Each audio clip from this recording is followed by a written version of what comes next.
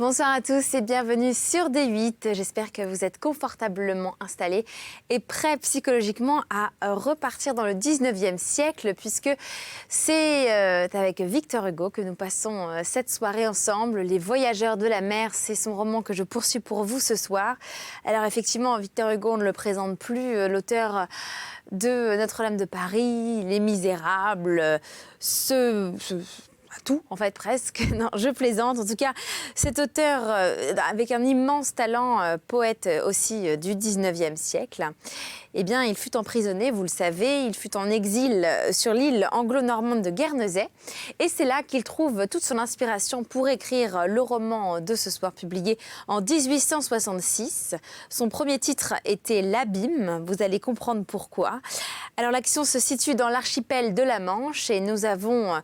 Pour l'instant, puisque j'ai entamé le livre il y a maintenant 2 voyages, 2 émissions avec vous, et nous avons eu une longue description de tout l'archipel botanique de la Manche. Et puis maintenant, ce sont les églises et autres monuments religieux qui sont décrits admirablement par Victor Hugo. Et puis nous allons rentrer très bientôt dans le livre premier des Travailleurs de la mer. J'espère que vous êtes prêts. N'hésitez pas à réagir, #VBN. Je suis ravie d'être avec vous. Dans la fontaine Saint-Georges, au Catel, les filles voient l'image de l'homme qu'elles épouseront. Une autre source d'eau courante. À Saint-André, je crois, cela fait parler les menteurs qui ont le malheur d'en boire.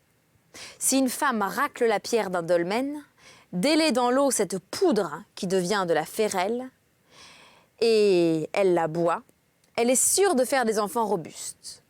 On peut aussi racler avec succès un mur d'église. Dans chaque baie habite un elfe qui, si un enfant lui donne son gâteau, donnera plus tard, selon le sexe, une dot à la petite fille devenue grande fille ou une barque toute gréée au gars devenu homme. Il y a 2 géants. Le géant Logi, père de Gaïophe, père de Bolivorax, père de Pantagruel, et le géant Baudu, qui n'est plus qu'un chien noir par sa faute, ayant eu des galanteries avec une princesse, ce dont les fées l'ont puni. Ce chien noir, qui est Baudu, fait concurrence dans les contes de bonne femme au chien blanc, qui est Gautier de la Salle, le bailli pendu. Les connaisseurs en fantômes ont, dans les îles de la Manche, toutes sortes de variétés à étudier. Les drés ne sont pas des ailleurs. Les ailleurs ne sont pas des ocriniers. Les ocriniers ne sont pas des cucuches. Dans ces pays-là, personne n'est bien aise de rencontrer à la nuit tombée une poule noire. Un certain retour au catholicisme se fait dans certaines paroisses. À l'heure où nous sommes, il commence à pousser des croix aux pointes des clochers, signe de puséisme. On entend l'orgue dans les églises et même dans les chapelles, ce qui eût indigné Knox. Du reste, les personnes saintes abondent. Quelques-unes possèdent à un degré très remarquable l'horreur des mécréants. Cette horreur semble innée chez plusieurs. Le protestantisme excelle, autant que le catholicisme l'a développé. Une femme du très grand monde à Londres est célèbre pour le don qu'elle a de se trouver mal dans les maisons où il y a un exemplaire du livre du docteur Colenso. Elle entre et s'écrie « Ce livre est ici !» et elle s'évanouit. On cherche et l'on trouve le livre. Ce sont là de précieuses facultés. On reconnaît les Bibles orthodoxes, à ce que Satan y est écrit sans majuscule. Satan, c'est bien fait. À propos de Satan, on hait Voltaire. Le mot Voltaire est, à ce qu'il paraît, une des prononciations du nom de Satan. Quand il s'agit de Voltaire, toutes les dissidences se rallient. Le mormon coïncide avec l'anglican, l'accord se fait dans la colère, et toutes les sectes ne sont plus qu'une haine. L'anathème à Voltaire est le point d'intersection de toutes les variétés du protestantisme. Un fait remarquable, c'est que le catholicisme déteste Voltaire et que le protestantisme l'exècre. Genève enchérit sur Rome. Il y a crescendo dans la malédiction. Calas, Sirven, tant de pages éloquentes contre les dragonnades n'y font rien. Voltaire a nié le dogme, cela suffit. Il a défendu les protestants, mais il a blessé le protestantisme. Les protestants le poursuivent d'une ingratitude orthodoxe.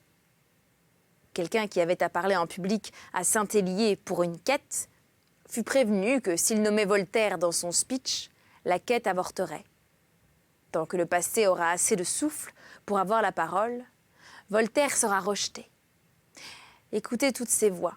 Il n'a ni génie, ni talent, ni esprit. On l'a insulté vieux, on le proscrit mort. Il est éternellement discuté. C'est là sa gloire. Parler de Voltaire avec calme et justice, est-ce que c'est possible? Quand un homme domine un siècle et incarne le progrès, il n'a plus à faire à la critique, mais bien à la haine. Chapitre 11, les vieux repères et les vieux saints. Les Cyclades dessinent le cercle. L'archipel de la Manche dessine le triangle. Quand on regarde sur une carte, ce qui est la vue à vol d'oiseau de l'homme, les Channel Islands, un segment de mer triangulaire, se découpent entre ces trois points culminants. Aurigny, qui marque la pointe nord, Guernesey, qui marque la pointe ouest, Jersey, qui marque la pointe sud. Chacune de ces trois îles-mers a autour d'elle ce qu'on pourrait nommer ses poussins d'îlots. Aurigny à Bure-Hou, Ortac et les Casquets, Guernesey à Hermes, Jet-Hou et Li-Hou.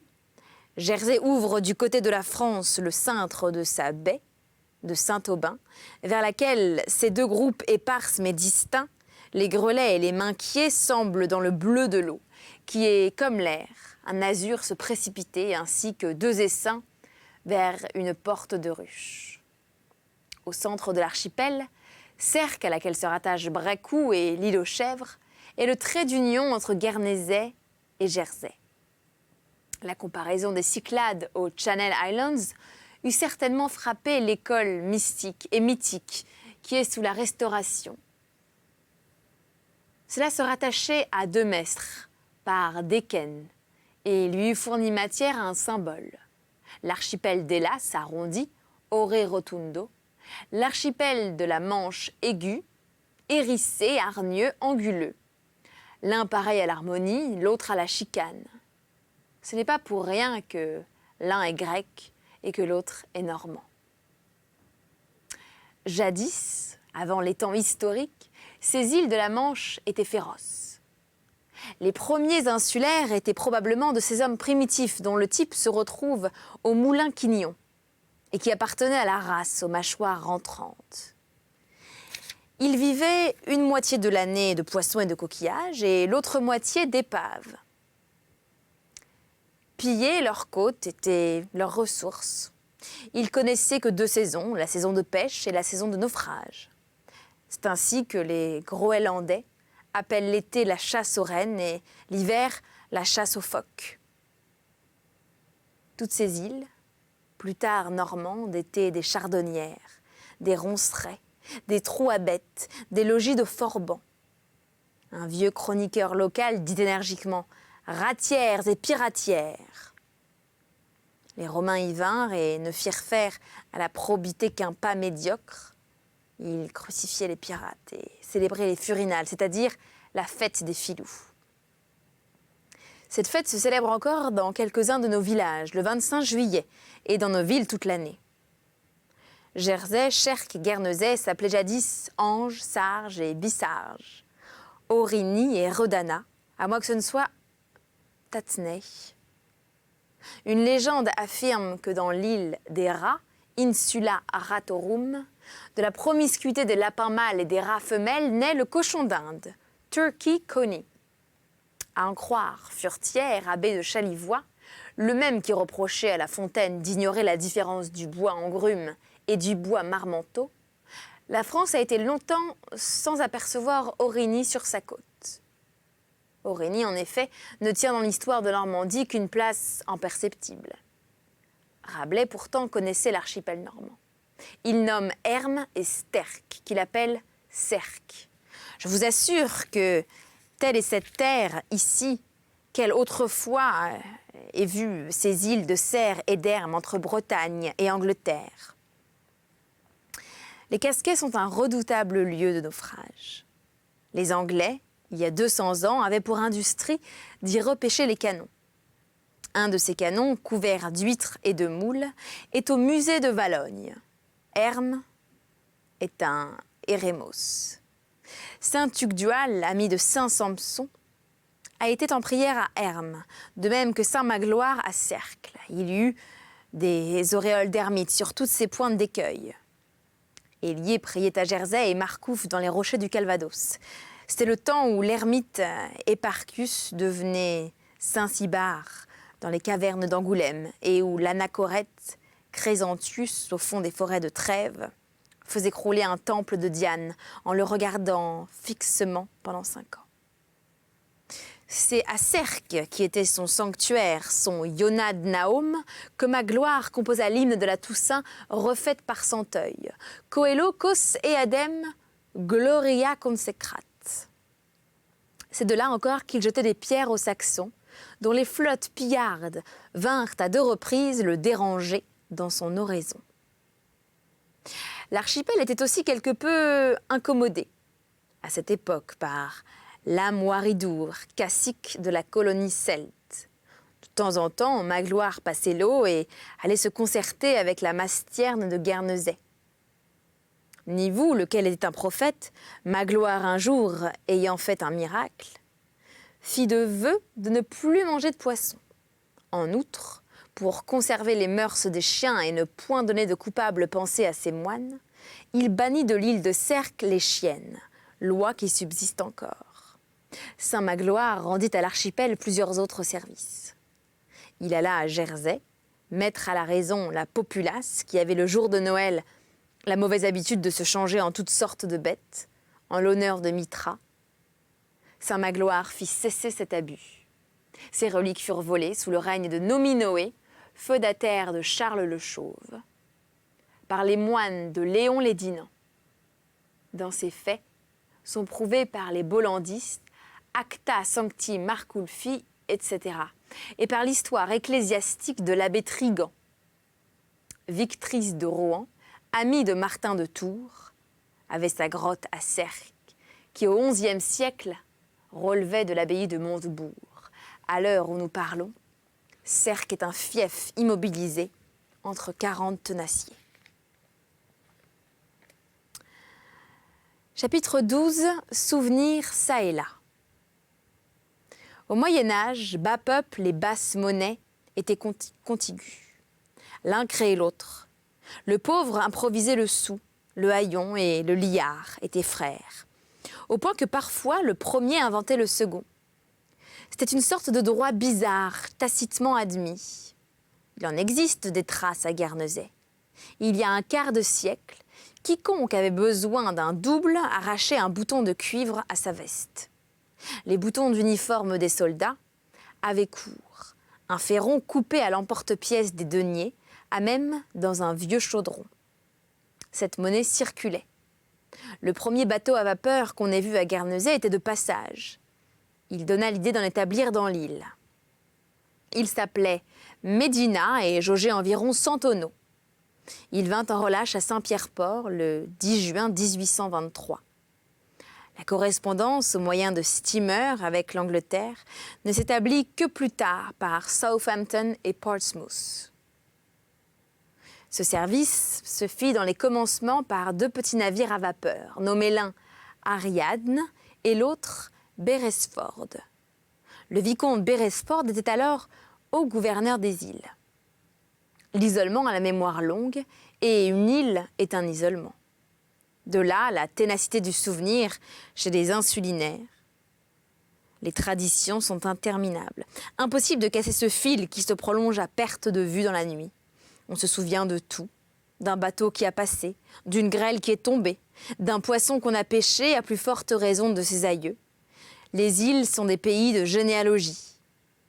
Un mot en passant, des généalogies. Nous y reviendrons. Les filiations sont vénérées dans l'archipel. On les constate même pour les vaches, plus utilement peut-être que pour les hommes. Un paysan dit « mes ancêtres ». Le jour où M. Pasquier fut nommé duc, M. Royer-Collard lui dit « cela ne peut pas vous faire de mal ».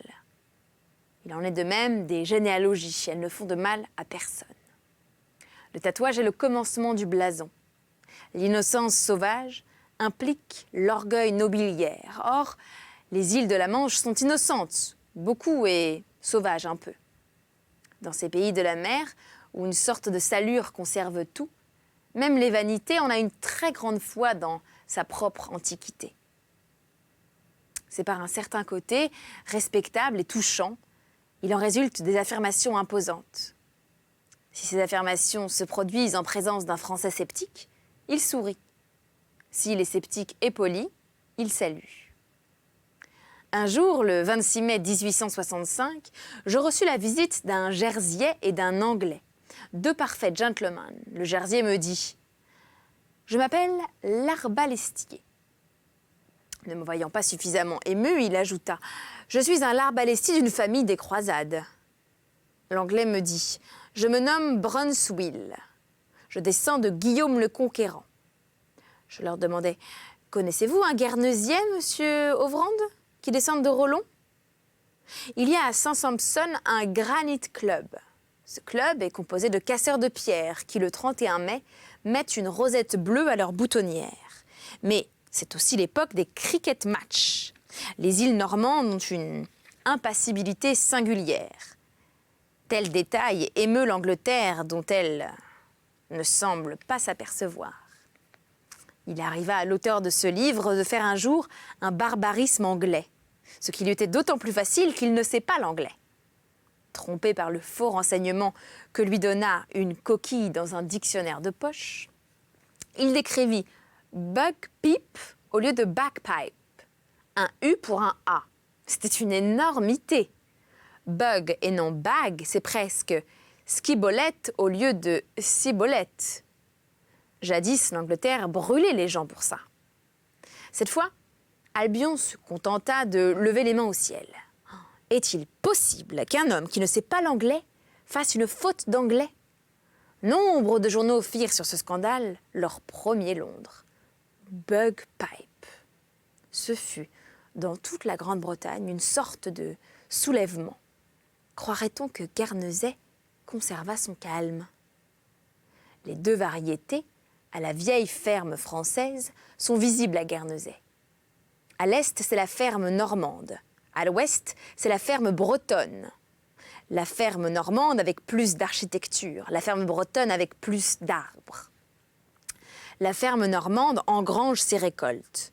La ferme bretonne, plus sauvage, abrite les siennes sous un toit de chaume porté par de rugueuses colonnes presque cyclopéennes. Informe cylindre de moellons mastiqués avec du ciment de Portland.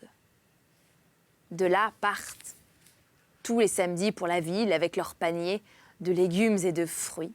Dans un kério attelé d'un âne, des femmes dont quelques-unes s'affublent de l'antique coiffe garnésiaise.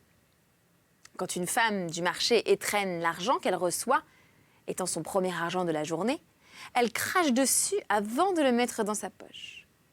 Il est aisé de se rendre compte que cela porte bonheur. Ces bons campagnards insulaires ont toute la vieille susceptibilité normande. Avec eux, le joint est difficile à saisir. Quelqu'un que nous connaissons aperçoit un jour, en hiver, dans une route sous la pluie, une vieille en haillons presque pieds nus, et court à elle et lui glisse une pièce d'argent dans la main. Elle se retourne, altière, laisse tomber l'argent à terre et dit « Pour qui me prenez-vous? Je ne suis pas une pauvre. Apprenez que je garde servante. » Si l'on se trompe, en sens inverse, on n'est pas mieux accueilli. Le paysan tient cette politesse pour offense. Le même étranger aborde un jour un campagnard et lui demande « N'êtes-vous pas Mess Le Buret ?» Le campagnard fronce le sourcil et répond « Je suis Pierre Le Buret. Je ne suis point du rang de Mess. » Le lierre abonde, parure magnifique des rochers et des masures. Partout où il y a un branchage desséché, il s'y accroche et le recouvre de sorte qu'il n'y a point d'arbre mort. Le lierre prend le tronc et les branches et y met des feuilles. La botte de foin est ignorée. On voit dans les champs des blocs de fourrage, hauts comme des maisons. On coupe dans ces tas comme dans du pain et, selon les besoins de votre étable ou de votre écurie, on vous apporte un morceau de foin. Ça et là, même assez, avant dans l'intérieur des terres, au milieu des vergers et des pommerets, à travers les branches des arbres fruitiers, apparaissent des carcasses de coutres en construction. Le pêcheur cultive, le maraîcher est poissonnier, le même homme est paysan de la terre et paysan de la mer. Pour de certaines pêches, le pêcheur abandonne en pleine mer des filets ancrés au fond et flottant à la surface où des allèges de liège les soutiennent. Si un navire passe là la nuit, le filet est coupé et s'en va à volo. Perte parfois considérable. Tel filet vaut parfois 2 ou 3 000 francs. Le maquereau se pêche au moyen d'un filet à mailles trop large pour sa tête et trop étroite pour son corps. Le poisson, ne pouvant avancer, veut reculer et est pris par les ouïes. Le mulet se pêche avec le trémaille, filet français à 3 mailles qui s'entraident. Le lançon se pêche au moyen d'une nasse, moitié maille et moitié toile, à la fois filet et sac, de petites mares particulières aux basses terres, Égale et Métairie de l'Ouest. Tout auprès sont les baies d'échouage avec leurs barques de pêche éparses sur le gazon. Julia, Piéty, Cigoule, Goule de mer, etc. Étayées de 4 bûches. Les goélands et les canards se perchent fraternellement sur le rebord de ces barques, les canards venant de la mare et les goélands venant de l'océan. Ça et là, le long de la côte, il advient parfois que des pointes de roches retiennent le sable, apporté par le flux. Ce sont des espèces de cuvettes où s'entasse le résidu des marées. Cela s'élargit insensiblement, ce n'est qu'une alluvion, puis c'est un îlot, puis un gazon y pousse, et voilà une île. Les propriétaires riverains affirment, en dépit de la contradiction latente du gouvernement, que ces formations leur appartiennent. Monsieur Henri Marquand a bien voulu m'en vendre une. C'est une jolie île avec des rochers et de l'herbe. Je l'ai achetée 3 francs. Pour que les meules de foin ne s'envolent pas au vent, on met dessus des chaînes de navires. Dans les courtilles de l'Ouest, où l'ouragan a ses coups des franches, les arbres sont sur la défensive. Ils se courbent et ont des attitudes strapassées, comme des athlètes. Pas de fleurs dans ces jardins de l'Ouest. Les propriétaires ingénieux y remédient par des statues de plâtre. Les ifs évasés, tout près de terre et taillés bas et larges, dans les cours parterres, devant les cottages, font des espèces de tables rondes commodes aux chiens qui viennent s'y brosser le dos. Des chapelets, de gros galets ronds s'allongent sur le chéneau des murs. Quelquefois sur la grève déserte, un soldat avec femme et enfants habite une tour. Cette espèce de tour côtière a 2 étages de meurtrière et se nomme Martello, du nom de son inventeur. Et c'est ainsi que se termine notre voyage avec Victor Hugo. J'espère que vous avez apprécié ce moment de lecture ensemble sur D8. Alors, plusieurs choses avant de nous quitter. Vous pouvez aller sur le site pour voir et revoir les replays de cette émission. Et puis, n'hésitez pas à commenter avec le hashtag VBN, réagir, nous donner votre opinion, vos coups de cœur, vos envies de lecture, pourquoi pas. Je vous lirai avec grand plaisir et tâcherai de répondre à vos demandes.